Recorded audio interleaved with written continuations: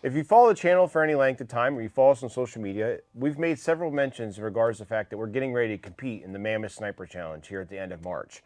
So what we want to do is cover a gear breakdown, equipment breakdown, rifle breakdown, all that type of stuff of what we're actually using within the Mammoth Sniper Challenge. So what I have here with me is a special friend, and when I say special, I mean special. His name's Colin. I've known him for a long time, worked with him as a trooper for a long time, and so we're actually going to cover both of our gear. He is my Mammoth training partner as well as the challenge partner. He'll probably carry me on the rifle stages, if I'm being completely honest. But between the two of us, we've done quite a bit of training. I'd say, whether it's rucking or shooting our guns together, pistols and all that stuff. And there's a lot of similarities between our gear, which was done so by design. So we'll start, I guess, with myself, with my rifle. So my rifle is a Bergara Premier Series 308 Action. Initially, I was maybe thinking about like a 5.56, but I ended up going with the 308. And this is a 20-inch barrel on here. This has the carbon cure barrel from Bergara, the Premier Series Action that I actually slapped then in a KRG Whiskey Pro chassis. Really great chassis, how it feels. It actually folds here on the back, so we'll be able to stow inside my backpack. But the most important thing with this setup here is it's roughly 14.5 pounds set up with everything you see here on the rifle. So what that includes is a MDT SkyPod. This is the lightweight double pole. Area 419 Hellfire brake up here, and then this is a Vortex Razor Gen 3 6-36 here on my rifle, and then I have a Area 419 mount, and then you'll obviously see I have the Vortex laser rangefinder. That's the what's it called? Impact 4000. Impact 4000. So the Impact 4000 on here, really cool unit. You'll see I actually have the controller for it over here. I actually get that with my trigger finger when my grip is on the rifle. The chassis here is really nice as far as for like overall, let's say, rigidity and how I'm actually able to configure it for myself. And then 20 MOA rail. This rifle itself, I'm seeing about half MOA accuracy, so it's a very accurate rifle. I've had no issues. I'm just shooting standard 175 grain Sierra gold medal match, so federal stuff. So really, overall, that stuff seems to be great with my rifle. No issues, 10-round groups, getting hot. No issues with that whatsoever. Overall, it's been a really good shooting rifle. The action's super smooth. 10-round MDT magazines on there for myself. And then I guess Colin could tell you a little bit about his rifle. All right, so mine's, I got it from Bergara also. It's a Bergara MG Light. It's got Premier Series Action and the carbon cure barrel. So a couple things that I did differently. Mine has the Area 419 titanium brake, 3-port brake. A little bit lighter, a little bit smaller. I also have the Gen 3 Razor. We are both running MOA so that we can stay matched up. Because we're adults. Yeah. The MDT SkyPod also, double pull. It's a lightweight version one. We're trying to pretty much save as much weight as possible. This chassis is an XLR chassis. It comes with the MG Light. It's from XLR Element 4.0 magnesium chassis. And then the other changes I did was I changed my grip here to a Big Dog Steel, like 3D printed grip, so I can have my Impact 4000 remote into the grip. It makes it a little bit easier. I don't have to worry about the remote falling off the side. There's no real good mounting spot on this rifle for that remote, so hopefully it works out well. Yeah, no, and I think that probably something I noticed is this was probably like my first time really using the Gen 3 Razor a lot. Resetting the zeros on here is probably one of the easiest that I've ever used. I mean, it's simple. You loosen a screw, turn the turret here on the top with the little tool, and then once you get to what your zero needs to be, you just tighten it back down. They track well. We haven't had any issues with anything like that. Glass is fantastic. It's just been a really great optic. It's probably been one of my more favorite aspects of the whole thing. The impact, I kind of hit on a little bit, how well they work. I know that some folks have worried that I've read in comments and things like that in regards to Mammoth and having more technology, but it's 2025. Technology's here to stay and it's not going anywhere. I mean, these are tools that get used for real world applications, and why not have them in a challenge that's called the Mammoth Sniper Challenge. One thing I did forget about the rifle, this is a 6.5 Creedmoor. We did a lot of testing with factory loads. I did, but I ended up, I reload my own ammo, so I ended up doing a full ammo loadout, load development on it, and I'm getting velocities just under 2,700 feet per second, shooting 140 ELDMs from Hornady. It's great. It shoots about 3/4 minute groups, which is good enough. I'm the primary shooter. Mike's the secondary shooter, so he has to shoot a 308. I can shoot pretty much any caliber other than magnums. So I chose to go with the 6.5 Creedmoor. I think the longest range we have to go out to is 1150 at most. So gun's very capable of it. We just have to get some time on it. So. Yeah, and I think that it's worked out pretty well. I mean, between the two of us, magazines wise, and you know, like your hand loads, and they're a little bit different, of course, than what I'm using. So the Federal stuff that I've been using, it's all shot great out of this rifle. It's nice being able to just use factory ammo on like a 308 because it's so plentiful. But like for Colin, it's a little bit different. We were going for more accuracy out of it, and some of the factory loads we had tried would be great for hunting because that's what that rifle's ultimately set up for. But when we're going for Mammoth, multiple rounds through the gun and getting them hot and things like that, he found that load development was actually a better route to go. Yeah. So, we'll talk about our pistols. The pistols, we're both shooting OA Defense 2311s. You know, a lot of guys will shoot Glocks, they'll shoot 2011s. These are a little bit different. If you're not familiar, OA Defense, we've worked with them on the channel for quite a while, so I got this one. And then, you know, Colin's always liked mine, and I said, hey, can we get a second one of those? So OA was nice enough to send them out and get a supply with pistols. Now, granted, I had this full-size Pro, so this is the full-size Pro model. It means it has a ported barrel, 5-inch overall length on the barrel. And then on here, I have a loophole Delta Point Pro. I really like the Delta Point Pro for the glass clarity and how crisp the dot is. We've shot these things quite a bit so far, or at least I've shot mine a lot, I know that. And accuracy-wise, like shooting 100 yards with them is really not an issue. I think it definitely comes more down to like, as an individual shooter, how you do. You know, this thing, I tested the trigger a few times. It breaks between 2.5 to 3 pounds, and Collins is fairly similar as well. Magwell, you know, 21 round mags if we have them. I have a light on this. It's kind of going to depend on which type of holster I ultimately end up using. I went back and forth. But, you know, really, I think that these pistols is nice because you get reliability with accuracy and triggers that are a lot like a 2011. Yeah. So I'm happy with mine. Yeah, they're great shooting pistols. Mine's the standard 2311, 5-inch, full size.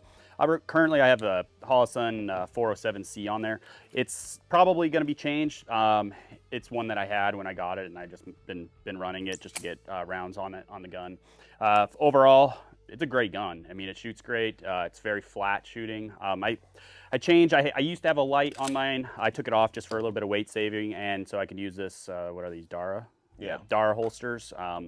So overall, I'm super used to shooting SIG 320s. It's great having. I have a ton of SIG 320 mags, and just the ability of the same kind of grip angle. I don't have to kind of retrain. I put tens of thousands of rounds down a 320, so going straight to this, it's pretty seamless. So.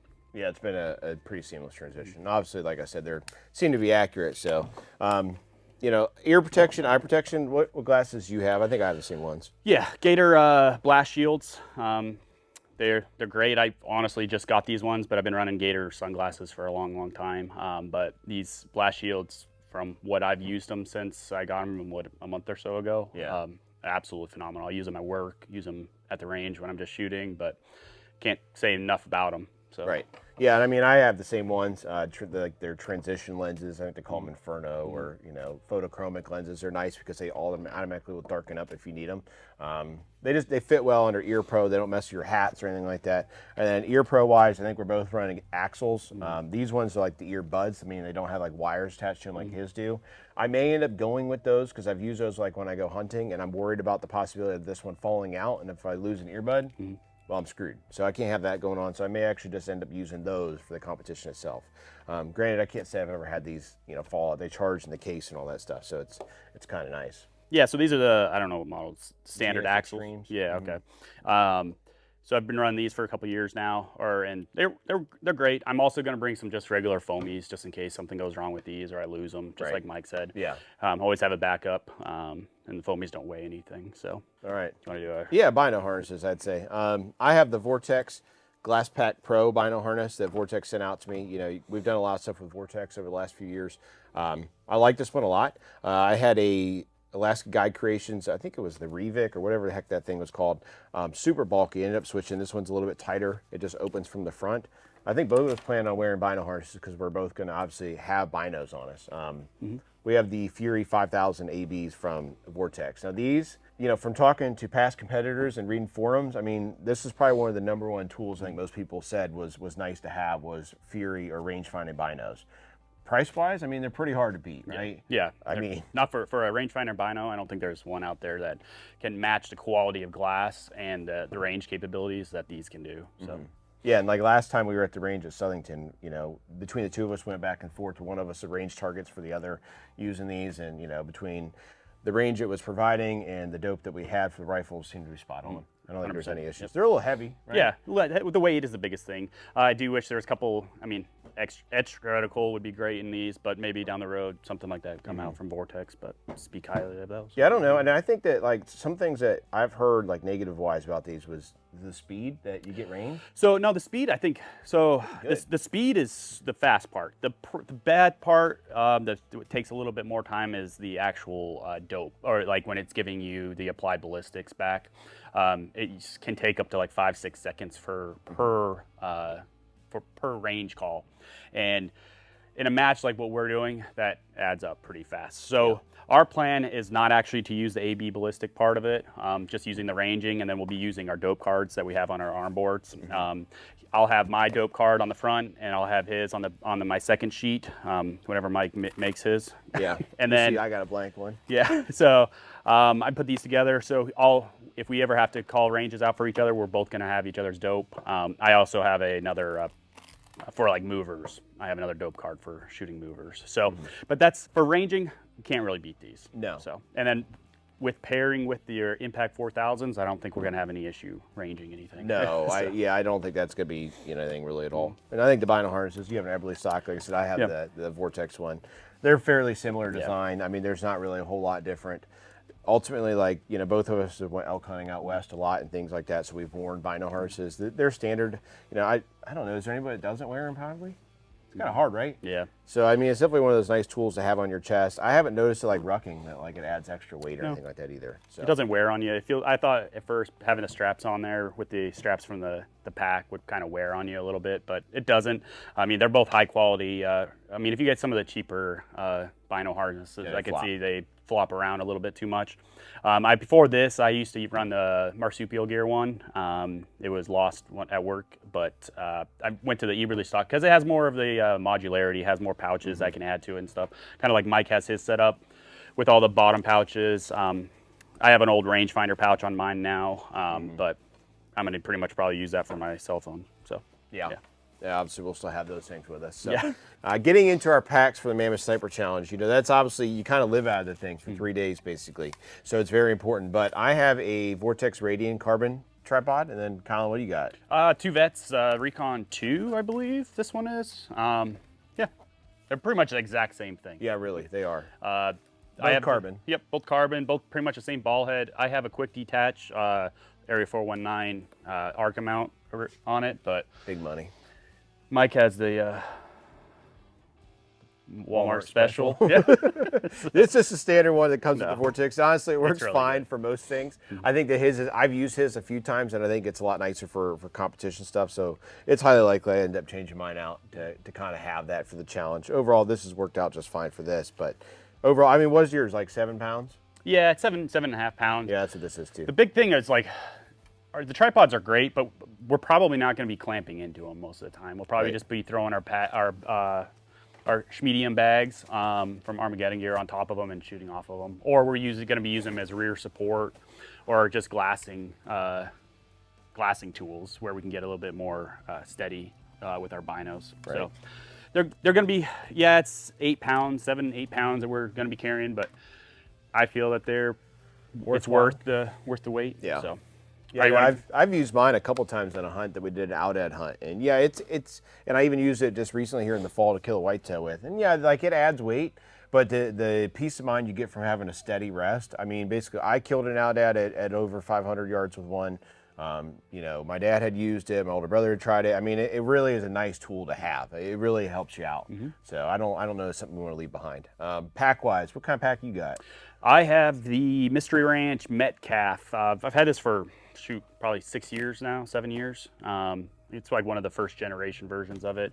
I don't know actually what size it is, but they started coming out with multiple sizes now, up to like 72 liters, I think, but I don't know what this one is. Probably around 50 liters, 60 liters, somewhere. Yeah, something like that. Yeah, mine's the Stone Glacier R3. This is a 5900. So this one actually is 5900 cubic inches, I believe, whatever it is. Whoa, losing our stuff here. But anyway, so my pack, both of these are pretty lightweight, right? Like out of the box. This pack here itself is 5 pounds. I think Just about 5 pounds too. Just a little bit that. more. Yeah. Yeah, so they're about 5 pounds. You know, the hunting backpacks themselves, they're designed to carry a lot of weight, designed to be careful or comfy for, you know, long extended periods of time. Most of them nowadays are designed to carry rifles on them and strap stuff to them. You know, we've both hauled stuff with ours, like elk cores, whatever it might be. And I've been rucking in mine. I know he's used his. I mean, so you know, miles wise on these suckers, I mean, a lot. A lot. Yeah, there's a lot of miles on both these, and I don't have any rips or tears. And, you know, that's something I'll mention. I tried using an Eberly stock Team Elk pack, one of their new ones. I ripped 2 straps on it, and I just said, yeah, we're not going to be using that anymore. And I just tried it, basically, because I had this, and I'm like, oh, let's give it a go. So it works great as a little day pack, but it's really hard to beat, you know, companies that's what they specialize in. Like Stone Glacier obviously specializes in packs like this, and so does Mystery Ranch. And then size-wise, they seem to be just right for fitting all your stuff. Yeah, it's good for a 3-4 day hunt, or for our competition, definitely 3-day competition. Fit everything we need with plenty of extra room. So yeah, more room than we need. Yeah. If we keep adding stuff, we're just going to keep adding weight. So yeah, what's your overall pack weight?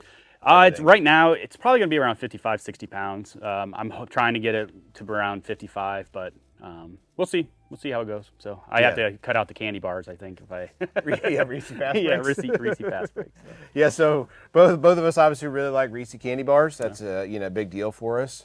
So we'll definitely have some of those as a road snack and during Mammoth. I don't mean a road snack in the car. We'll have that also. But so we'll have that. My pack weight is about 50 pounds, so it's a little bit lighter. But for the most part, we have similar items in our packs. You know. Sleeping bags, I think we're both running the same one. It's the Nemo Disco 30, so it's a 30-degree bag. Most 30-degree bags, you know, even in warmer weather, you just unzip it and put your leg out, and it's auto temperature regulating. And I think the temperature is probably going to be a little bit warmer out there for us. I know that January Mammoth, the first Mammoth this year, was frigid and snow and cold. Ours is we're not going to probably have to worry about the cold. We'll probably have to worry about the heat. So having a 30-degree bag is completely fine. So 30-degree bag, and the first one might have been a little bit of an issue. So, yeah, I would say so. Yeah. Yeah, so and sleeping pads, we both have sleeping pads. You know, campsites and things like that, you of course need a good night's rest. I don't know that I would ever forgo a sleeping pad. No, you can't. I mean, it basically makes it, when you're tired, like whether we went hunting out west and stuff like that, or like for this challenge, when you're tired, a sleeping pad ultimately will make you sleep like you're in your own bed practically. Yep. So and it gives you a thermal barrier, keeps deal. you warmer. Ground will suck the heat right out of you, so even if it is warm outside. So, but yeah. Tent? Yeah, the tent. This is a Kuiu Mountain Star 2P. So this tent is it's a little bit larger than most 2Ps that I looked at. So 2-person tent. We're gonna be sleeping in the same tent together. This won't be the first time nor the last.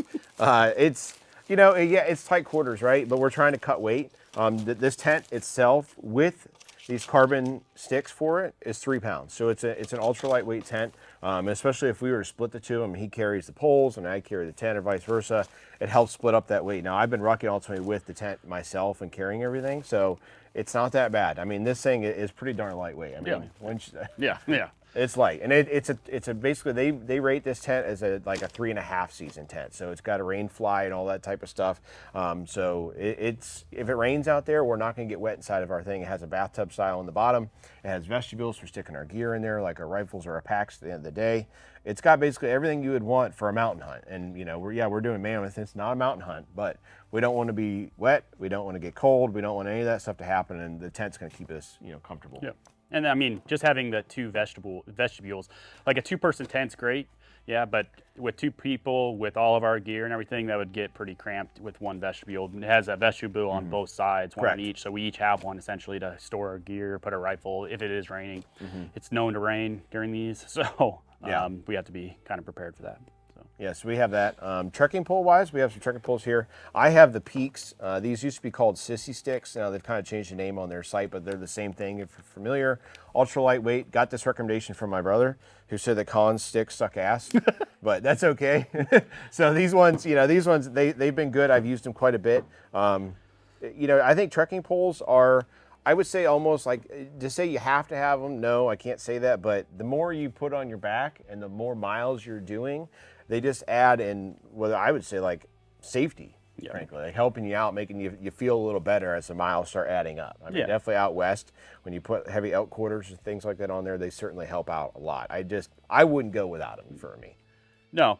Yeah, mine aren't as high quality as those ones. I think I got mine off Amazon. These are Trail Buddies. Trail Buddies, but I've used them for 5 years now, and they've held up fine. I do some tape wrapped around the shaft here. This is just in case we need some Tape on Luca the tape. shaft. Yeah, tape on the shaft.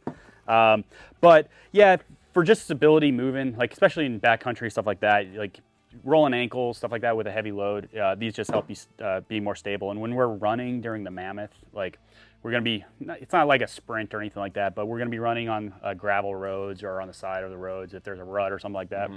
Just a little bit of extra stability. It's definitely worth it. So, Right. for a pound and a half or whatever these weigh. So. Yeah, and I mean, even relatively speaking, like sticks will last you a long time. I think I paid $150 for these ones. I think I paid 30. Yeah, so they're obviously more expensive, but I think they have a lifetime warranty on them as well. So to say that they're that expensive in the grand scheme of things, to save you from injury and things like that, that's not that much money, if you ask me. So like I said, pack weight, we have other knickknacks in there. We ain't going to give everybody all of our treats because this video is going to come out before Mammoth actually occurs. But we'll have snacks, we'll have food. Clothing-wise, if you ever hunted out west, you just basically take bare minimum, and we do that for 6 or 7 days. So if you're going to be fair, yeah, we'll be hot and stinky for 3 days. But I'm not taking any extra clothes other than what I'm wearing on me, outside of maybe like a puffy jacket and rain gear. I'll probably bring an extra pair of socks. I'll probably have two, like socks I'm undies. wearing and a pair that I could switch into just so that, Your feet are like once I get done with the ruck in the morning or evening, like I could switch out my socks so I don't have to sit all day in wet socks. Because you're going to sweat. But we both I think you're probably running Darn Tough also. Darn Tough socks are the best socks that you can possibly buy for what we're doing for this. They don't smell, they're very cushioned, and they have a lifetime warranty on them. So if they do rip, which I've never had a pair I haven't had rip, a pair rip either. I mean, I've got probably 7, 8-year-old pairs of Darn Tough socks I still wear. I made the hollow socks, these alpaca socks. I might try a set of those. I have some coming. I'll probably do some rucks to see if I like it, but they're kind of the same thing where they're not going to smell or, but I don't know. We'll see. Yeah, I think that they've been good. Like I said, gear-wise, I don't know, between the two of us, I think I'm wearing some Stone Glacier, he's wearing some Stone Glacier. I mean, Sitka, Stone Glacier, Kuyu, probably some Patagonia. I have a plethora of the stuff that I've bought over the years and kind of accrued it. Colin's pretty much the same way. So that stuff, it works really well. It just holds up. It's lightweight. It's comfortable. You don't get chafing. Most of their stuff, like this is not, obviously, but like on his, you'll notice they don't put seams up here at the top, which that stuff, like as you add weight, those seams can actually rub into you. So like the Stone Glacier stuff is good. Both of our pants are the DE Havilands.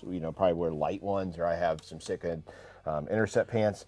They got vents on the side. The biggest thing about the pants, like these de Havilland, these are the regular ones. They have the de Havilland lights. The big thing that is great about these is they have the not full side, but about a, I don't know, say 3/4 of a zip. Yeah. It goes all the way down the leg. So when we're rucking and running, we can keep cool because you get a little bit sweaty, and then if it does get a little bit colder at night, then you're going to freeze, and it just makes it more comfortable. So we don't have to bring shorts, things like that. A lot of guys will switch out to shorts for the rucks. It's not going to add that much weight, but I'm not going to waste a little bit of weight and space in my bag just for a pair of shorts, probably. No. So. And then like for myself, I think footwear wise, are you going to wear your Loas? Yeah, I'll probably wear Loas. They're the ones I work in, so I'm very comfortable. They're very broken in, and I'm just used to them. I've done a lot of rucking in them, and they've held up great. So I've had 2 or 3 pairs of these, and I can't really say anything bad about them. So. Right. Yeah, then I'll be wearing crispy altitudes for myself. I've worn a lot of crispy boots. I have flat feet, and to be fair, for whatever reason, Crispy is like one of the only companies that makes boots that don't have a huge arch in them, so they fit my feet really well. Support-wise, they're lightweight, they're Gore-Tex. My feet don't sweat in them. Overall they're comfortable, and I've been rucking in these, the 4 to 5 mile rucks and stuff like that, and had no issues, and especially speed because they're lightweight. They just make good boots. I think that's probably something super important is good footwear. There's a ton of brands out there, and I'm not going to by any means bash some of the other ones, but I mean, if you go out west or you've done a lot of miles in your boots, good boots will act, they'll help out a lot. Yeah. Yeah, once you get a blister or a hot spot or something like that, you're ruined. Especially in this match, you'll see video like on Mammoth's Instagram page from the first one. These guys had feet that were just destroyed. There was blisters on their heels, on the bottom of their feet. Like the feet got wet.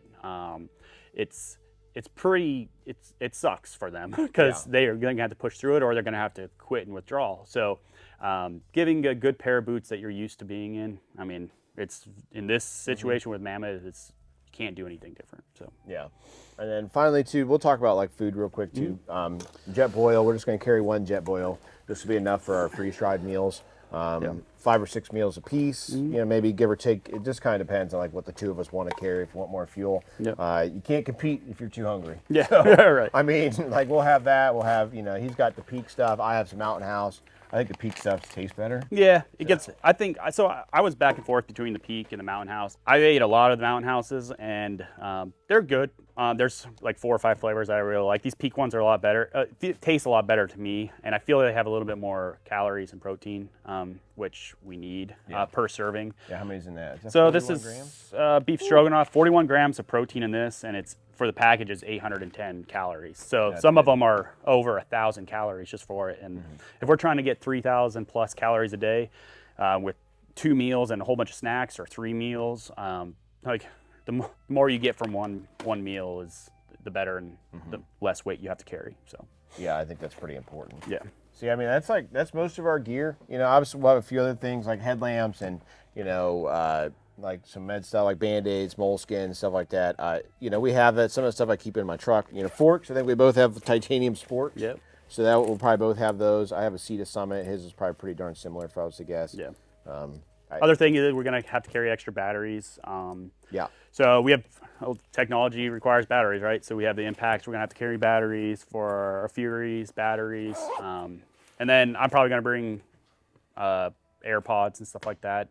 Just so when we're on the ruck, so that we can kind of zone out a little bit. But 5 mile, 10 mile rucking a day kind of gets a little bit boring after a little while. So. I get bored now. So Right. You know, when you're tired and you're just trying to get through it, for the most part, I think that's going to be a big deal. So, guys, I think that's about it for our Mammoth loadout for what we both have. If you have any questions about any of the gear that we're carrying, anything like that, just let us know. I'd be happy to answer it in the comment section. We have tons of stuff. If there's anything you feel like maybe we left out and you're like, oh, do you guys have that? I'll answer it in the comment section. So just ask. Like I said, there are some things that I think maybe we're purposely leaving out because this is a competition. We both intend to do fairly well in it. And I'm not going to give people the answers to, like, let's say food and certain things like that, exactly what we're carrying for things like that we've kind of dialed in from going hunting out west of, like, you know, things that you may want, right? So outside of that, again, any questions, let us know. If you think Colin is a turd or you like him on the camera, let us know in the comment section below. You may see a little bit more of him here and there. But other than that, guys, stay tuned.